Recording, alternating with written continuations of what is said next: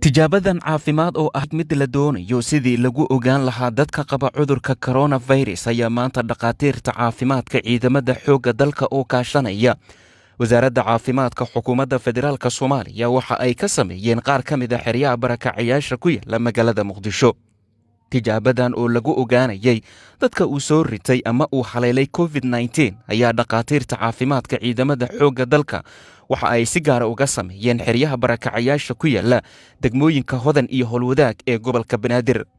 tijaabadan caafimaadka ayaa sidoo kale waxaa barbar socday wacyigelin ku aadan dhibaatada uu leeyahay cudurkan, sidii ay dadka isaga ilaalin lahaayeen iyo in la qaato talooyinka caafimaadka ee ay bixinayso wasaaradda caafimaadka xukuumadda Soomaaliya si looga fogaado cudurkaasi. Dr. Cabdirasaaq Macalin Isaaq oo ka mid ah dhaqaatiirta ciidamada xoogga dalka ayaa warbaahinta u sheegay in markii ay arkeen dhibaatada cudurkaasi COVID-19 ay xeryaha barakacayaasha ka bilaabeen howlaha wacyigelinta ee looga hortagayo coronavirus. maadaama aynu nahay bulsho Soomaaliyeed haddana aan nahay ciidamada qalabka sida mid ka mid ah oo ah ciidanka xoogga dalka Soomaaliyeed, dhammaantiisa ciidanka xoogga dalka Soomaaliyeed waxa uu muhiimad gaar ah u siiyay sidii bulshada loo badbaadin lahaa.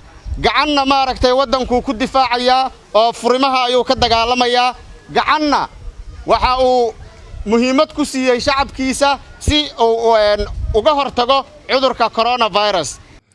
gudoomiyaha degmada Howlwadaag ee gobolka Banaadir Mustafa Cali Khayre ayaa isaga oo warbaahinta la hadlayay waxa uu sheegay in talabadan ay qaadeen dhaqaatiirta caafimaadka ciidamada xoogga dalka iyo wasaaradda caafimaadka ay tahay mid keeni karta inuu yaraado heerka cabsida laga qabay cudurkaasi safmareenka ah.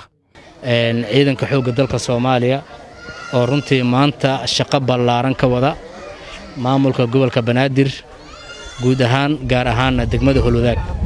runtii waa arin lagu farxo haddii ciidanka lagu yaqaanay inay cadowga baacsadaan maantana maxaa la yiraahdaa ii sheeg dadkii ay u samafalayaan dadkii mataqaana ii sheeg waxay u sameynayaan caafimaadkii ayagii baaraya. taasi waxay cadeen u tahay ciidanka xoogga dalka Soomaaliya meel walba iyo meel kasta in ay ku jiraan oo ay yihiin u dhimiryaha shacabka. qaar ka mid ah dadka loo sameeyay wacyigelinta iyo baaritaanka cudurka COVID-19 ayaa dhankooda ka mahad celiyay.